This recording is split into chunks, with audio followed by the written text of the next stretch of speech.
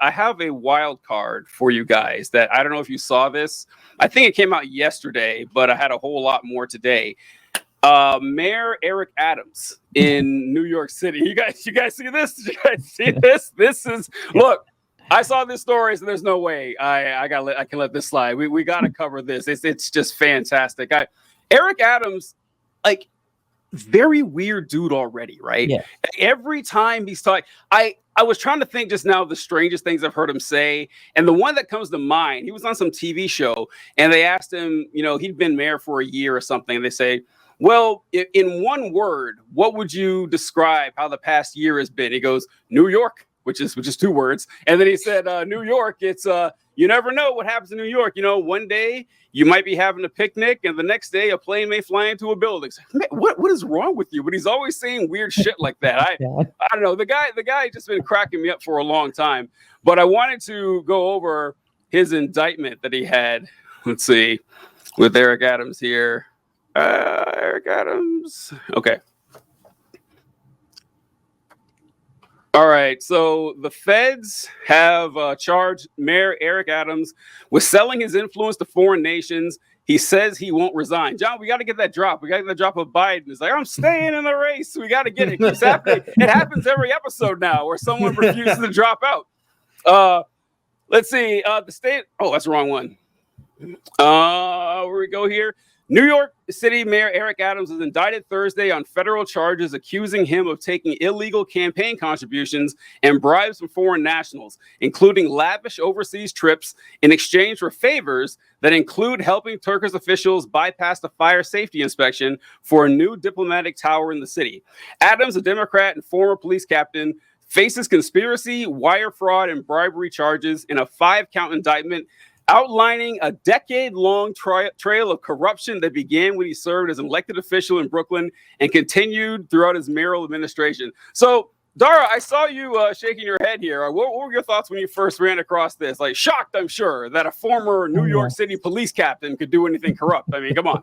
Well, this is such a weird story. I have to admit, when I first saw that he had been elected, I think I was living in Newark at the time. When I first saw that this guy had been elected, I immediately thought, this is not going to end well. This is just not going to end well. There was something very creepy about him. I had heard very little about him, didn't know much about him, but I just knew when I heard him, I heard the guy talk for probably 15 seconds, and I immediately knew this is not how, what have you done? Why have you done this? No, not going to work.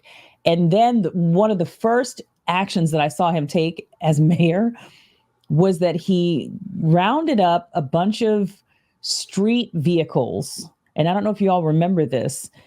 There was kind of this big hullabaloo at the time with illegal street cars, vehicles that people were kind of hot rodding or whatever, driving around, and they're dangerous. And he was trying to make like a point about how dangerous these vehicles were and how he was going to prosecute you, to the fullest extent of the law if you were caught driving these things on New York streets. So he rounded up, I don't know if they had impounded maybe 300, 400, 500 of these vehicles. And he coordinated some elaborate stunt where they took, I don't know what it was. I don't know if it was like, steamrollers or what it was, but they crushed these vehicles. And it was this huge public stunt that they did out in the open somewhere. And so when I saw that, it was just, honestly, you could cue the music. Yeah. It just was like circus level, just theater and political theater. And I knew it was downhill from there. So this honestly was probably like one of the least weird things that I thought might take this guy down. It's not surprising in any way at all. You got to look at that story, by the way. Yeah. Let me tell you why I think it's not surprising that this guy might have done some corrupt things. So one of his biggest policies that has caused the most tension in New York has been the policing of the subways and hiring police and stopping those pesky fare dodgers on the subways. Do you want to take a guess at how many fares in total that these police have managed to get paid Just a wild guess at how much money they have saved the city. Oh no, what is it? Oh no, it's about $100,000 in fares. Do you want to take a guess at how much money the city's paid those cops?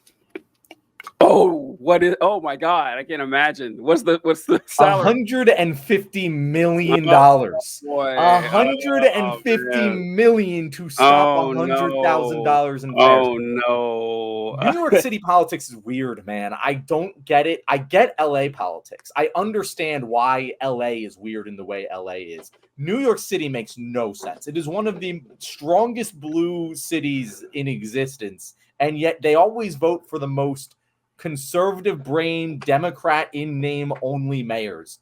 If they're a Democrat. I was about to say, sometimes a Republican. Like, and it makes no sense. And it also happens to be probably like just structurally in terms of urbanism, one of the most progressive cities in the entire country. It's the only city that actually has public transport and actual like urban infrastructure on the level that like our European counterparts do. But they also elect the dumbest mayors in existence.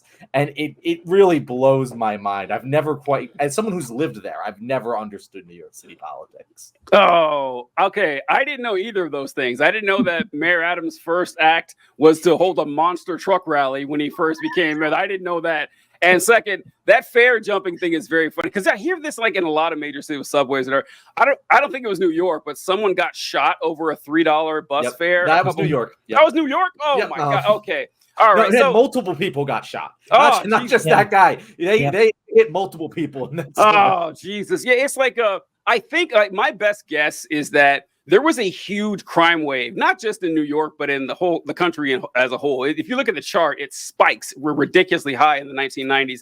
And then Giuliani came along and he had, stop and frisk and everything. Crime declined everywhere. But since crime declined in New York, they attributed it to the tough on crime, Rudy Giuliani, who, I don't know if you guys saw, but was stripped of his, was disbarred in Washington, D.C. today. So keep up the great work, Rudy. Wow.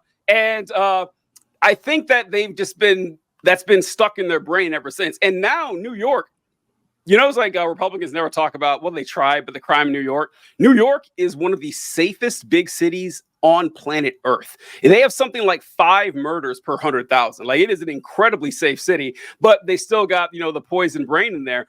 But yeah, I guess I'm not surprised that Eric Adams was looped up into this thing either. But it's very funny. It is a 57-page federal indictment.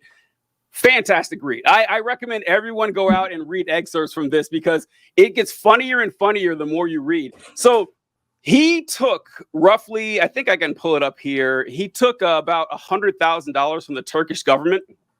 And in addition to getting free flights and hotel stays. And there was a time when one of his staffers, I'm going to read it here, was talking to an official, and the official was asking if he could, illegally donate to the campaign. And he says that the promoter said, fundraising in Turkey is not legal, but I think I can raise money for your campaign off the record. The Adams staffer required, how will Adams declare that money here? He won't declare it, or we'll make the money through a donation through American citizens, Turks. I'll give them cash in Turkey, or I'll send it American. He'll make the donations to you. So basically, the Turkish government official said, well, I can't just, hand you a bag of money with $100,000 in it. So I'm going to break it apart and have people donate for me, which is wildly illegal. And the staffer says, well, you can't do that. And he says, the staffer is curious, though. And he says, well, how much do you think he'd get from you? The promoter said, max $100,000. The Adams staffer wrote, $100,000. Do you have a transfer for that here? We can't do it while I'm in Turkey. And he was like, well, let me think. And he goes to Eric Adams to ask him about this because he's like, well, there's no way Eric Adams is going to accept this. After the conversation, the staffer asked Adams whether the staffer should pursue the unlawful foreign contributions offered by the promoter. And contrary to the Adams staffer's expectations, Adam directed the staffer to pursue the promoter's illegal scheme. And what's really great is that, like, they thought Adams wouldn't go for this. This is too criminal even for him, but he was all in. And there's text messages between Adams and the staffer. And the staffer texts him and said, hey, listen, just to be safe, make sure you delete these. Adams like, no problem. And of course, he never deleted them. So the guy's just incredibly sloppy. And I'm always mystified when politicians in the United States get hemmed up for corruption and bribery, because the American political system is built for bribery. Like it's baked into the system. So this isn't an ethics test. It's an IQ test. And that Eric Adams has failed the IQ test with this. But I don't know. It's just really cracked me up. I love reading this. I recommend everyone read that indictment. You took time to actually read the indictment. Not all 57 pages, but you can find a lot of it here. It's actually pretty good. TJ, you stole what I was going to say. It's what? Like, you have to be so dumb to get hit with these charges. Like you have to be like, I'm more upset about your incompetence than I am your morality here. Like, I expect you to be taking something on the side, to be enriching yourself through your position. You could even do so in a way I find morally acceptable. But yeah, you're just an idiot if you get hit with these charges. And by the way, it's not like he's been mayor for that long. It's not like this has been like he's been in the national spotlight and they've been building a case. And this case goes back, but like it hasn't been that, like he's been there for 3 years. 3 years. Yeah, exactly. And he's already getting hit. Like how many politicians that have been just like in office for decades, who have taken hundreds and hundreds and hundreds, if not millions of dollars on the take off the record successfully, and a couple of years and he's already getting popped. It's just so dumb. Rookie shit. He wasn't ready for the big leagues. I just thought of something. So the reason they got him was, I think in the article it mentioned that the Turkish government was paying him because they were building like a 30-story building in New York. And they wanted the building to they wanted to cut through the red tape for the fire inspection, because apparently that was like a long time, 30-story building. They wanted it ready in time for Erdogan to visit so he could gloat and brag and everything.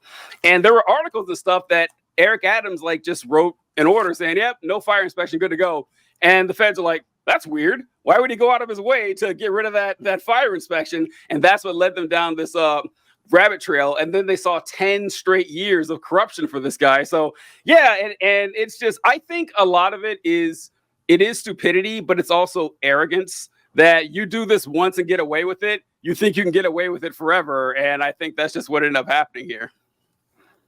What do you think, Dara? I am flabbergasted, as you said, at the stupidity of this guy. I'm shocked that he was ever elected. I guess that's more kind of where my head lands, because immediately when I saw him, I'm just like, no, this guy's he ain't too bright. Something weird's going to happen. It's just a matter of time. And it seemed like New Yorkers started to get frustrated with him very quickly. So yeah, the fact that all of this blew up in his face, I'm only surprised that it took this long, honestly, for them to find something to take him down. I guess they were kind of biding their time and just putting their case together very carefully on this. But yeah, like least surprising thing ever, really. I want to point out one really funny thing about that's listed in this indictment too, about Eric Adams, that not only is he a crook, but he's very cheap. He's very cheap because he got to fly Turkish Airlines like first class wherever he went. He would even do so when flying Turkish Airlines made no sense at all. And so here's an example I was talking about. Because the Turkish airline provided free travel benefits worth tens of thousands of dollars to Eric Adams, he flew Turkish airline even when doing so was otherwise inconvenient. For example, during the July and August 2017 trip, Adams' partner was surprised to learn that Adams was in Turkey when she had understood him to be flying from New York to France. Now, for those of you who are challenged in geography, if you fly from New York to France, you are not hitting Turkey, unless you fly west or something. You go around the entire planet, basically. There's no that you have to fly to Turkey and then back to France, which is what he did. And then it says, Adams responded in a text message, transferring here. You know the first stop is always Istanbul, which is in Turkey, for those of you who are unaware. When Adams' partner later inquired about planning a trip to Easter Island, Chile. Now, Chile is on the west side of South America. So it's pretty much a straight shot down from New York, a step to South America. Easter Island, Chile. Adams repeatedly asked her whether the Turkish airline could be used for their flights, requiring her to call the Turkish airline to confirm that they did not have routes between New York and Chile. And why the fuck would they? Why would a Turkish airline have any routes, going from New York to Chile? And it's like, yeah, can we use the Turkish airlines? Like, buddy, you have enough money to afford a trip from North to South America. You have that kind of cash. I can't imagine being that cheap. I can't. Even I had free flights and okay, I'm just gonna go ahead and do this. I can spend a couple $1,000 to go on this trip. But Eric Adams, a real national hero. We can't put this man in jail. He needs to be free so we can learn more about him. But CJ, I wanted to before we close the topic, I just wanted to make one final point on it, which is, and I've said this before, this is such a crystal clear example of how Democrats actually hold their fucking elected officials accountable and Republicans never fucking do. You haven't seen Kamala Harris, speaking out and saying, no, we need to circle the wagons around fucking Eric Adams. That's not going to happen, because when, we talk about law and order, we mean it to be across the board. We don't mean laws for thee and not for me. And you can always point to these examples. We just talked about Mark Robinson yesterday. Like this is not like we actually hold our people accountable. We don't just care that they did something wrong because it's our guy. In fact, I'm actually seeing Republicans come to Eric Adams' defense because Adams has spoken out against immigrants. Or not against it, but said we need to deal with immigrants. We have Republicans circling the wagons for a Democrat just because he happens to agree with them on one point. Meanwhile, the Democrats are like, nah, fuck this guy. It's such a clear and obvious example of that. I just had to point it out. John, I'm glad you brought that up because I wanted to share this real quick before we close it up. I was not going to be in the Eric Adams episode, but this reminded me. He also responded to this. I don't know if you guys saw what he had to say about these charges. So I wanted to share that with the good folks here to see what he has to say. My fellow New Yorkers, it is now my belief that the federal government intends to charge me with crimes. If so, these charges will be entirely false, based on lies. But they would not be surprising. I always knew that if I stood my ground for all of you, that I would be a target. And a target I became. So you see, they're not after Eric Adams. They're after you. Eric Adams is just in the way. So yeah, he stood up against the machine. They're coming for him. I love it. I love it. This guy. Hope he doesn't. Former police chief messaging before. I know, right? What are you gonna say, John? I'm sorry. I said the former police chief standing up against the machine. All right, guys, thank you so much. You made it to the end of the episode where you get to hear me congratulate you on being such a wonderful member of our audience. Of course, subscribe if you haven't already, and even leave a comment as long as you don't say you're a black Nazi. Now, if you want another place to leave amazing supportive comments on, Dara, if our guests liked what they heard from you, our audience liked what they heard from you today, where else can they find you? They can find me on all social media platforms as Dara Starr Tucker, Dara with 1 R, Star with 2. On Instagram, oddly enough, I'm Dara Tucker B, and I'm also that on Threads because those two platforms are connected.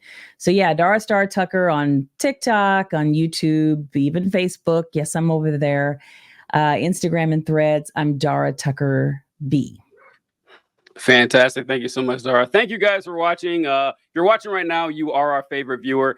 Be sure to check out every episode that we did. We talked about Clay Higgins, Joe Biden, Kamala Harris, and Mike Johnson, who Mike Johnson is fantastic, folks. His career is fucked so hard that his son's going to get a notification about it. So just check out sometime and we'll see you later, folks.